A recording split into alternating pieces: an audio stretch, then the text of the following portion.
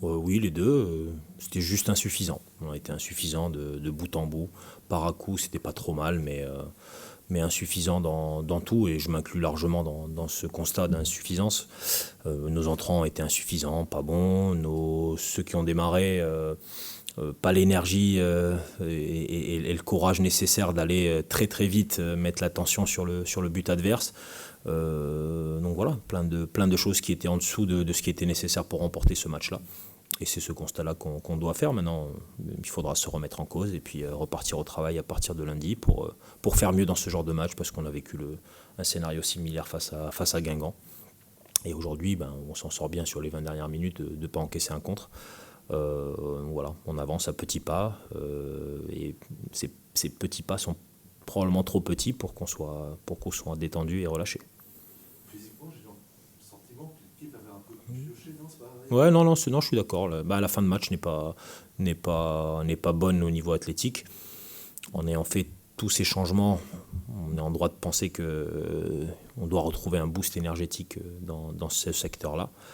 Après, voilà, Quevilly a joué de manière très relâchée dans les derniers quarts d'heure, a bien maîtrisé la balle. Nous, on y allait un peu avec du désordre. Et nous, en désordre, ça marche pas. Donc voilà, c'est pour ça que je m'inclus dans le constat d'insuffisance par rapport au timing de mes changements, qui j'ai fait rentrer à quel poste. Et donc voilà, ça sera à nous d'analyser ça et de faire mieux la prochaine fois.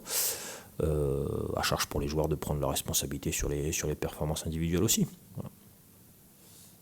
Bon, vous ne prenez pas de but, mais j'ai eu pareil aussi ce sentiment qu'il y avait quand même beaucoup plus d'espace. Je me dis, QRM, ils ont eu des possibilités de compte qui n'ont pas bien négocié, mais il y avait quand même de l'espace. Et plus d'une fois, je me suis dit, oh là, ça peut mal Ah oui, c'est ce que je dis, c'est qu'on est plutôt heureux sur les 15-20 dernières minutes d'avoir eu en face des derniers gestes qui étaient pas excellents, alors qu'ils ont l'habitude de les réussir. C'est la meilleure équipe en contre du championnat, en tout cas dans les positionnements et dans l'identité qu'ils proposent. Donc c'était forcé que nous aurions à souffrir. Voilà, on s'en sort parce qu'il y a eu un peu de vigilance, enfin de la rigueur et de la vigilance derrière. Mais c'était trop décousu pour qu'on puisse nous survivre ce type de match. On n'est pas une équipe qui gère bien le ping-pong et que ça parte dans tous les sens. On n'est pas capable de maîtriser ça. Donc, j'aurais aimé avoir une fin de match différente, mieux maîtrisée. Ça n'a pas été le cas. Puis il faudra être meilleur par le travail et puis par une analyse assez froide et lucide. C'est comme ça. Tu vois, sur les ovations dont Alexandre donnait à aile de droit ce soir, qu'est-ce que vous pensez de ça? Que c'est quand même mérité par rapport à son impact dans l'histoire du hack.